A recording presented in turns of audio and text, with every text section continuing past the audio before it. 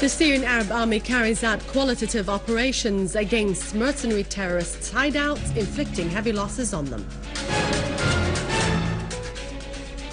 Russia reiterates rejection of any UN resolution that justifies interference in Syria.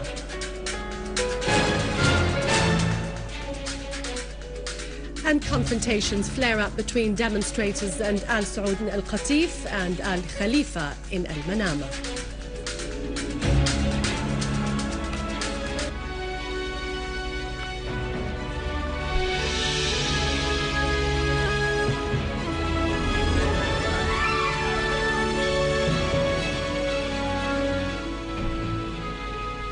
Good afternoon, welcome to our news bulletin. I'm Dania Nizam, sitting in for Ala Ibrahim.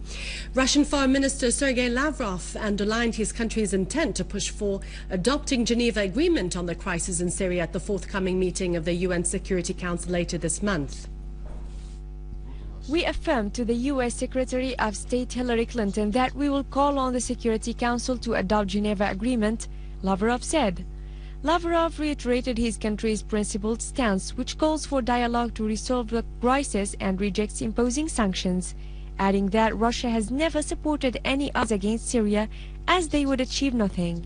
He considered that Moscow and Washington want Syria to become a free, democratic and prosperous country under an elected government, calling on the foreign influential powers to press the conflict sides in Syria to sit around the dialogue table. Lavrov underlined that Russia at the same time backs a conference that will be convened by Syrian opposition groups later this month.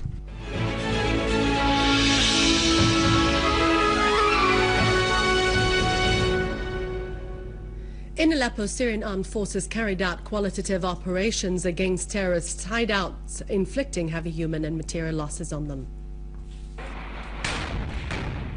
The terrorists launched two mortar bombs targeting the Mar Mishal and the monastery of Nunis in Al Aziziyah neighborhood in Aleppo, causing material damages to the two buildings.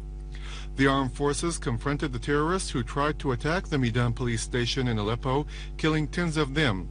Within the same context, the armed forces also targeted the bases and hideouts of the armed terrorist groups in Bustan al-Basha area, inflicting heavy losses upon them.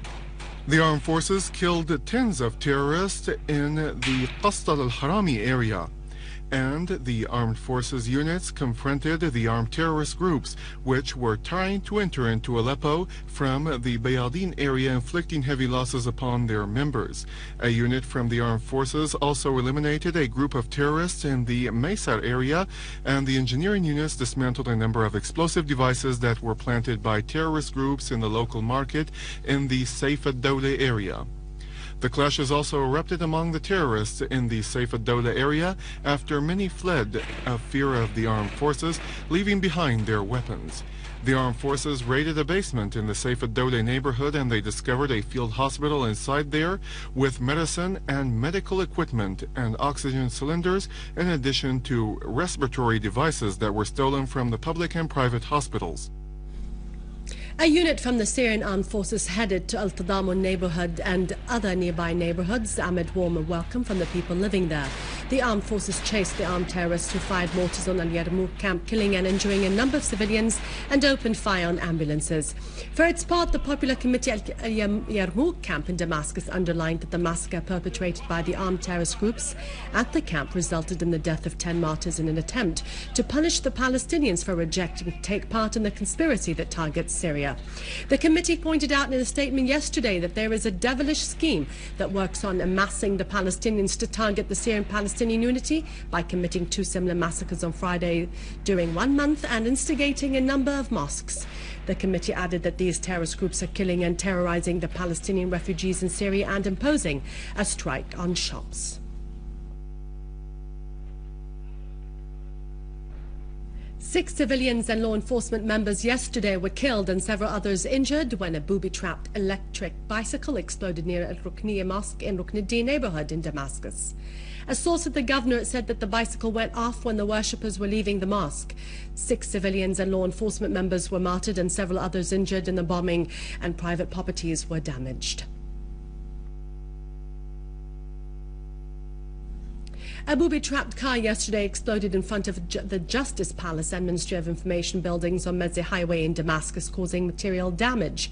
News correspondents said that the blast triggered fire in a number of cars there and destroyed the facade of many residential buildings and shops.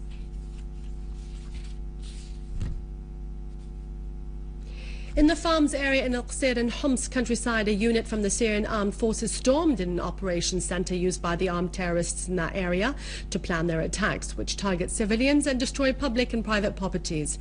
A source at the governorate said that the attack resulted in the death and injury of all the terrorists who were hiding there. Meanwhile, another unit of the armed forces clashed with an armed terrorist group that tried to run away from Bab Wood neighborhood towards Al-Qandaq Street, killing 2 of them and injuring 3 others.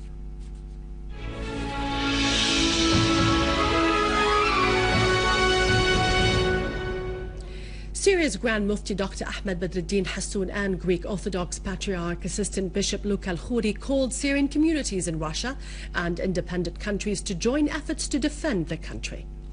The remarks came during their meeting with members of the Syrian community in Russia in Moscow, attended by the Syrian ambassador Riyad Haddad. Dr. Hassoun stressed that dialogue is the safest way out of the current crisis, adding that Syria needs all of its people to stand in the face of its enemies who are threatening to target it under the UN 7th chapter with the aim of meeting the Israeli interests. For his part, Bishop Al-Khouri said that Syria is sacred and it should be preserved and protected, adding that the West and the USA, in addition to Israel, which is occupying Palestine, the cradle of the Jesus Christ and place of ascension of Prophet Muhammad, want to sabotage and destroy Syria.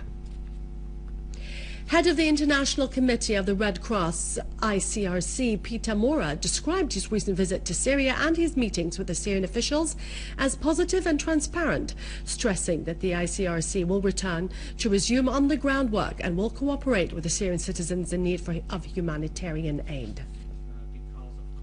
In a press conference held in Geneva on Friday, Mora said that his talks in Damascus focused on the humanitarian issues, describing them as transparent that emphasized the importance of enhancing humanitarian aid amid the current crisis in Syria. Answering a question on his talks with President Bashar al-Assad, Mora said, "The talks focused on humanitarian issues, and President al-Assad showed commitment to cooperate with us in a host of issues of paramount importance for the ICRC. He noted that he discussed with the Syrian authorities about the importance of speeding up work and that the Red Cross and Red Crescent are granted access to the biggest number of civilians inside Syria, especially in relation to health and medical issues, adding that he is expecting the positive outcomes of his visit to materialize on the ground.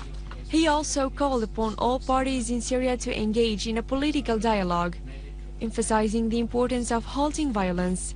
Asked about the numbers related to the needs of the Syrian people, Mora said, "I know numbers that circulated across the world on the humanitarian needs inside Syria, which I, admittedly, cannot affirm or deny." He said that the ICRC is delivering humanitarian aid in an independent and transparent way, without anybody's interference, adding that it seeks to provide water and food and to meet the needs of the crisis-hit citizens. In Turkey, Deputy Chairman of the Turkish Labour Party, Biram Yurtchak, filed a criminal complaint against the Turkish officials who established Aberdeen camp, which is devoted to planning criminal operations carried out by the armed terrorist groups in Syria. Chichak said that Aberdeen camp is illegal and was founded with the aim of carrying out terrorist acts against the neighboring state, Syria. He referred to the press reports recently released about the leaders of the armed groups who stressed that they were trained in Aberdeen camp to carry out attacks against Syria. Massive demonstrations took to the streets in the eastern area of Saudi Arabia, protesting the oppression of Al Saud and demanding the release of detainees. The demonstrators, including women and young men, gathered in the center of Al Qatif, shouting slogans that condemn Al Saud and their oppressive rule. They demanded for the release of all prisoners, especially Sheikh Nimr Bakr al-Nimr, who has been detained for 2 months. In Bahrain, Al Khalifa forces opened fire and used gas bombs to disperse the demonstrators in Al Manama and other Bahraini cities. Several demonstrators were wounded, some of them seriously.